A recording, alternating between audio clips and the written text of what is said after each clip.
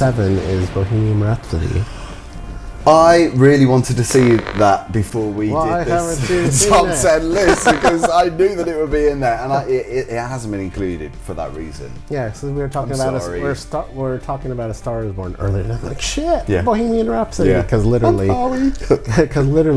I just saw it like a month, 3 weeks ago, something like that. So, no, this has another Oscar nominations written all over it. I just really enjoyed every minute of this movie. Well, you love Rami Malek anyway, because obviously you enjoyed Robot. Yeah, I'm a big Mr. Robot fan, and so yeah, I really enjoy him as an actor, but I never really knew the story of Queen at all. So you don't have to be a Queen fan to actually appreciate this film. I've heard the music, obviously.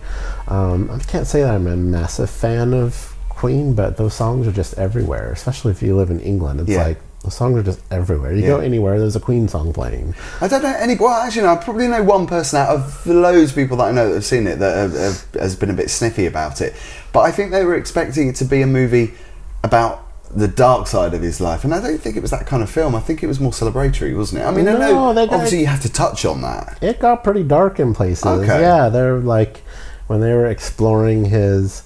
why he was partying so much, and then the relationship that he had with his wife, and then the drugs, and it got a bit dark, definitely. To be honest, though, it's such a huge career, isn't it? You can't touch on everything in great detail. You have to touch on it, but you can't do everything to an extent that people would want. I mean, and this is the power that a movie will have on you. Like the very first opening scene they shot was their performance at Live Aid. So you watch that play out in a movie, and it's like, wow, that's incredible.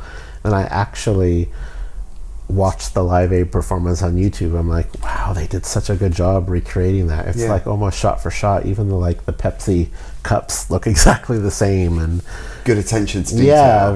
Yeah, very good attention to detail. I just loved the movie. I really enjoyed learning about someone so important as Freddie Mercury when I didn't know the story. And he's such a gay icon too, so I think that was like, well, why don't I know more about Freddie Mercury? Well, this told me everything I needed to know. And do you know what? I think... And I'm such a fan now. Like, I want to go out and buy a Queen's Greatest Hits. I was just going to say, to its credit, I think even the fans of Queen and Freddie Mercury that I know that are real hardcore fans, they've loved it too.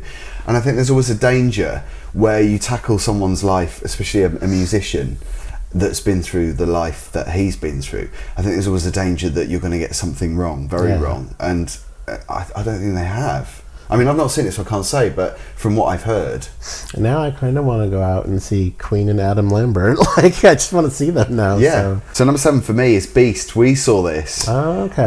The preview screening before it was released. Yeah. And Jessie Buckley, I thought she was fantastic in Beast. And it was a really dark tale, wasn't it? Set in Jersey. It's a thriller, isn't it, about a poacher who may or may not be a serial killer. I think we can talk about spoilers now. These movies. Do you think? These movies have been out for a while. Jessie Buckley plays the character that falls for him, and her mother is played by Geraldine James, who's been in so many great movies and TV shows. She was in, I don't know if you remember it, Band of Gold. She's also been in Little Britain and loads of films recently. She's quite terrifying, the mother, and really she's not the character that you're meant to be scared of. She definitely adds to the suspense. Yeah, she does. And it's a really good story. It really plays into this fear of being in an isolated place that is beautiful on the outside but could have a dark undercurrent. And I was compelled by the film. I thought it was brilliant. Really interesting.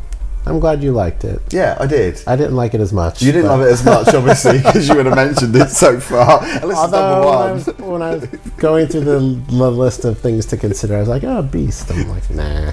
I think if you're a horror fan or a thriller fan, it's not so much a horror, although it does have horror elements. I think you should check it out because I think it's really worthy of your time. Yeah, if you like good independent cinema. Just don't listen to him. Just listen to me. It's good. I mean, I didn't hate it. It was alright. Yeah.